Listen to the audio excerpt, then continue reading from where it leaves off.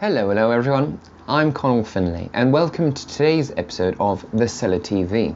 So what we're going to be doing today is having a little bit of an in-depth look into one of my favourite regions in all of France at the moment, and that is Beaujolais. So Beaujolais, for those that aren't particularly familiar with, well, they're largely red wines. In fact, the 99% of all the production here is red wines, and the red wines are all made exclusively from one particular grape varietal. You might not necessarily know of the grape varietal off by heart, because it's not necessarily one of the big famous ones like Cabernet Sauvignon or Pinot Noir or Merlot or Syrah for that matter. No, the grape here is Gamay. Gamay is a distant relative to the famous Pinot Noir, and it's quite interesting to note this because some of the top-end wines from the Beaujolais region actually are very Pinot Noir-esque and very Burgundy-esque. So where is Beaujolais exactly as far as France is concerned?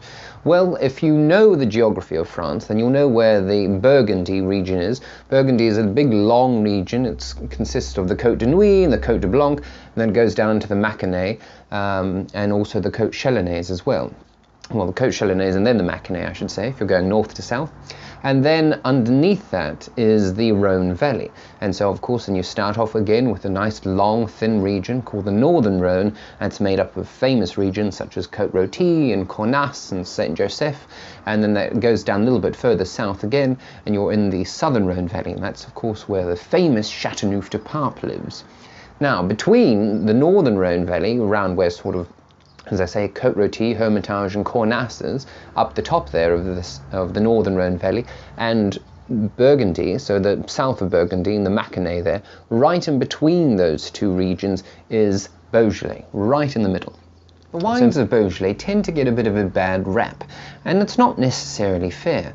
Then again, it is also slightly fair, because they did, well, not all of the producers there. There have been some very, very highly skilled producers there from, well, since the very beginning of the region.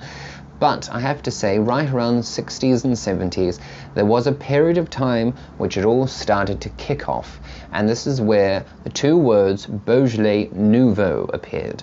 Beaujolais Nouveau, for those that aren't familiar with it, is a particular style of wine that came from Beaujolais. And like Liebfrau Milch with Riesling, it gave Beaujolais wines a really, really bad name.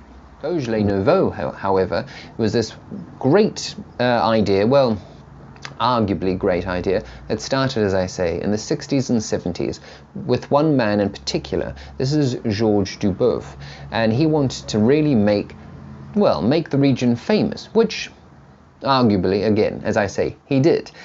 He started the Beaujolais Nouveau trend in wanting to try and make a nice, fun, fruity, hip sort of red wine, which people would love. And it was a particular style of winemaking which they started, and as I say, particularly Georges Duboeuf, which is one of the most famous Beaujolais producers, most well known around the world, they actually started to create. And this is called carbonic maceration.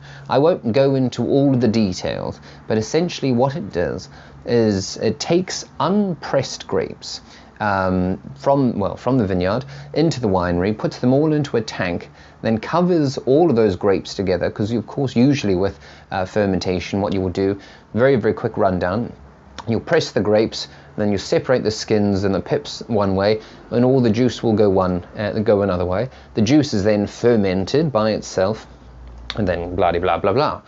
Here, with carbonic maceration, what happens is they took all of the grapes together. As I said, they haven't crushed them at this point, so all the skins are completely intact, all the berries or the grapes themselves are all completely intact. Put them into a massive tank, cover it with carbon dioxide. The carbon dioxide then creates a really intense pressure, which of course then the bottom grapes down the very bottom of the tank, all that pressure then makes them start bursting and popping and all the rest, and obviously juice starts to come out of those berries, as you'd expect. But then all the rest, then it starts fermenting itself. It can be inoculated or it can use wild yeast. Again, something which you can find on our website, what those particular terms mean. and we'll then use those yeasts, and then we'll start this intracellular sort of fermentation. Basically what it means, it will start fermenting the juices inside the berries without actually pressing the berries themselves. This leads to a whole range of sort of candied fruit flavors, these very sort of banana flavors. That's quite a normal thing that comes out of this particular process. And so you have these banana flavors, these sort of candied flavors, these sort of candy floss, and sort of these very light strawberry and raspberry sort of fruit flavors. Again, very sort of simplistic sort of flavors, something that generally speaking we would put aside and say, okay, that is a low quality wine, and that is just the hallmark of this particular thing. But with that, since it isn't necessarily getting in contact and having a long maceration period with the skins, the juice that is, that means it isn't tannic at all. It's quite a light, very, very low tannin sort of wine is actually made from this particular process. And so, as I say, if it's picked in October, then it's got a very, very quick turnaround from being picked and then being fermented, which, as I say, can take at least a couple of weeks, and then it's literally bottled, and then come the third Thursday of November, it's shipped off around the world, well, the night before, shipped off around the world. Very, very young, very, very tart, not necessarily fully fermented and all the rest. Very, very, very, very young, and quite harsh often, a little bit sort of vinegary on the nose as well, just because it hasn't been very well made and the winemaking processes and all the rest. And so it's this sort of gritty red wine, which isn't necessarily enjoyable to drink. But that was just sort of what happened in Beaujolais. Beaujolais Nouveau, it was at one point up to sort of 60 to 70% of all the production in Beaujolais. So that carbonic maceration, that can help to a certain degree, and quite a few Pinot Noir makers in particular around the world, they will use carbonic maceration or semi-carbonic maceration, where only a small portion of grapes will undergo that carbonic maceration sort of style or method. And that will help to make wines that are a little bit lighter, a little bit more juicier, especially if you're only using semi-carbonic maceration, because then you will have that nice lighter portion of sort of juice of wine, and then you can blend that into the much more structured, much more tannic portion of juices or wine as well. You blend them all together, and then you sort of come out and you make this beautiful blend, whereas that's not what they were doing in Beaujolais. Carbonic maceration, fully carbonic maceration, was the style that hinged on Beaujolais Nouveau. And so it is, as I said, those light, juicy, simplistic, not complex at all, and again those sort of candy, those banana flavors and all the rest, and again those sort of vinegary sort of flavors would appear in those particular wines. So that was Beaujolais Nouveau. As I said, there is that carbonic maceration where you can have a little bit of that simple juice and much more complex, proper fermentation style, and then you can do that, which will help to sort of alleviate or liven up the much more structured and much more tannic sort of red wine that you would produce otherwise, which will then still create a nice fruity wine, but there will be much more complexity because it will only be semi-carbonic maceration.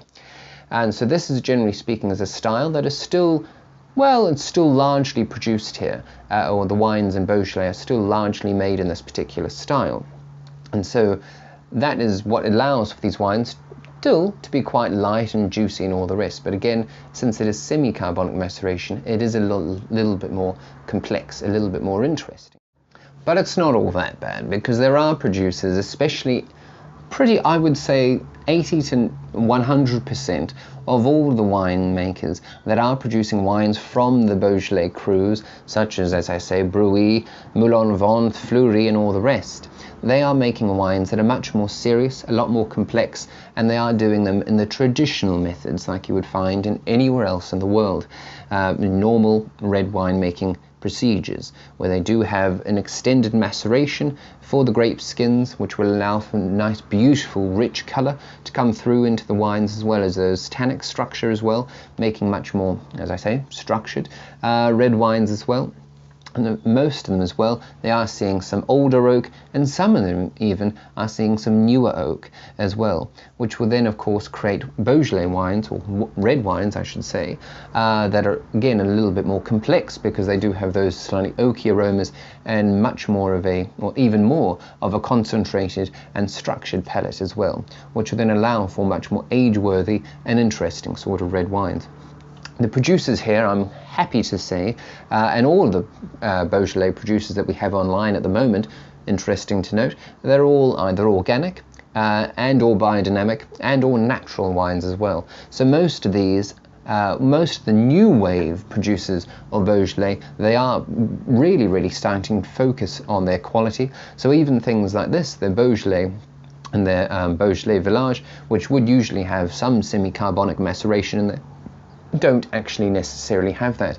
They are much more focused on producing, as I say, those much more higher quality sort of styles of wines which are a lot more complex, a lot more concentrated, and a lot more sort of juicy and rich and interesting. And of course then these crus much more age-worthy as well. And then we come to the Beaujolais crus. Now what's so interesting about here is that there are 10 of them, and as I sort of alluded to before, that each and every single one of them has a slightly different microclimate, slightly different soil makeup, slightly different exposure to the sun and all the rest, which is due to some of them being a little bit more hilly, some of them being a little bit more flat and all the rest. So what the French would really call terroirs. Each of the particular crus, 10 of them, they all have a slightly different terroir to them, and this will create some which are a little bit more floral, some are a little bit more fruity, some are a little bit more sort of acidic, and some again will be a little bit more warmer. Those particular vineyards which will allow the wines to be a little bit more fuller bodied, because they're a little bit more sort of riper and richer in fruit flavour and all the rest.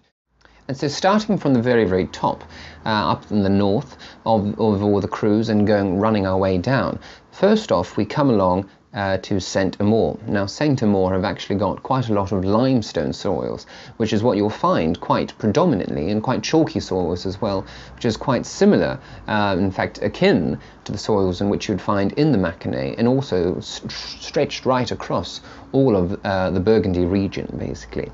And so here the wines themselves are a little bit more mineral, a little bit more acidic as well perhaps. And this allows to have a little bit more sort of lighter red wine here produced in the Saint-Amour region. Moving down slightly, we then come across to Julienas. So Julienas, they're generally speaking, they're known as being a little bit more fuller bodied, a little bit more sort of plummy in flavour, a little bit more sort of black currant as well for me in particular.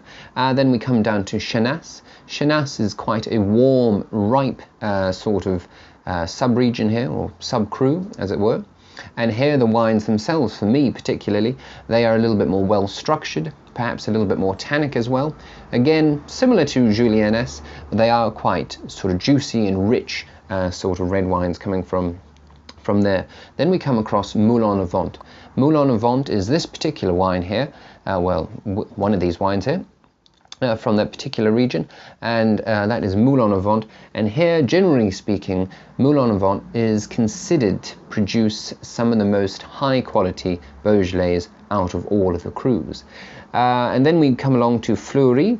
Fleurie is the next, basically. Moulin-a-Vent and Fleurie, depending on the producer basically, are considered the two top crus. Me personally, I would probably put Moulin-a-Vent and then Fleurie as far as that goes. But both of these wines here anyway, they are absolutely stunning. Generally speaking, Fleurie and Moulin-a-Vent as well, they will have some of the oldest vines in all of the whole entire region, which is quite exciting. And then we move down to Chiroubles. So Chiroubles is this particular cru here. These wines for me, they generally speaking, they're a little bit lighter, a little bit more sort of floral, which is again not a bad thing. It just shows you just how sort of different Gamay wines here, or Beaujolais wines, can actually be. They can be quite rich and complex, very much like a Burgundy or like a Cellar from the northern Rhone, or they can be a little bit more lighter, like a Pinot Noir. And then we come down to Morgon. Morgon again is one of the more sort of riper particular sub-regions of the crus there, because they are a little bit more got a little bit more exposure to the sun. So the wines here They are going to be a little bit more sort of riper, a little bit more richer. Again, there's much more of those sort of plummy, those red plum sort of flavors as well coming through, and for me a little bit more spicy and complex in that sort of manner. And then we come across to Rene. Rene is known for being the lovely, beautiful, floral and light sort of side of Beaujolais, which is absolutely fantastic. And then we come across to Brouilly, and then the Côte de Brouilly. Brouilly is one of the largest regions, and then we've got Côte de Brouilly, which is actually quite a small mountainous, one of the most mountainous regions out of all of the crus, and that actually is right in the heart of the much larger Brouilly region. So Côte de Brouilly are very much known for their age-worthiness, and they are very much considered to be some of the most longest-lived Beaujolais. But again, unlike in Burgundy, where there is the Premier Crus and then the Grand Crus, which are the absolute top, we don't have that here. All of them are crus, all of them are equal, as it were, and they're all equally fantastic. So in my opinion, Beaujolais is one of the most exciting and trendiest regions as far as France is concerned, or at least even the New World is concerned at the moment. It is exciting thanks to new wave producers like this. They are juicy, they're rich, they're exciting and complex wines. And wines, as I say, that are completely understated and overlooked, and often overlooked, because of the Beaujolais Nouveau movement, even though that is, as we discussed before, is about 30 to 40% of all the Beaujolais production at the moment. It doesn't mean that there is still fantastic quality wines and high quality wines as well, which are produced in the region and highly worth sorting out. So I think you can go home today, look up, we've got all the information below if you are interested in buying one of these fantastic bottles. We absolutely highly recommend them. Beaujolais, it's exciting. If you like sort of a nice light Pinot Noir, be it from Burgundy, be it from anywhere else in the world, you're a Dolcetto drinker, a Barbera drinker for instance, or sort of a Côte de Rhône drinker, or there's a nice lighter, juicier sort of reds, or also if you're looking for a red that you want to be drinking in the summertime because it is a little bit lighter, then Beaujolais is the region to go for. It's exciting, it is, as I say, it's nice, it's juicy, it's rich, and you do have the nice lighter styles, and you're moving into the much more complex sort of styles. And these producers in particular, and the other producers that we do have up online, I do think that they are offering some of the best value as far as sort of top end wines are concerned from France, and at least. If you look at wines like this, well, any of these wines here really, or particularly these two wines, in my opinion, they're $45 and $50 respectively. If you were to get that same sort of quality out of Burgundy, then you'd be paying twice the price, just because Burgundy does have that slightly higher quality profile in the general sort of wine trade. But Beaujolais, and thanks to producers like these, and as I say, the other producers we've got up online, they are making Beaujolais known for quality, which is highly exciting. So that's been me. This has been Beaujolais. Hope you've enjoyed the video. If you have, please do like away, comment away. Let us know if you have enjoyed the video, if you tried any of these other particular wines, or if there are any other producers that you're absolutely loving as far as Beaujolais is concerned. Please do let us know. Subscribe away if you have enjoyed the video, and check out a few of our other videos as well. That's highly appreciated. Thanks. I've been Connal Finlay. This has been the Cellar TV. Cheers.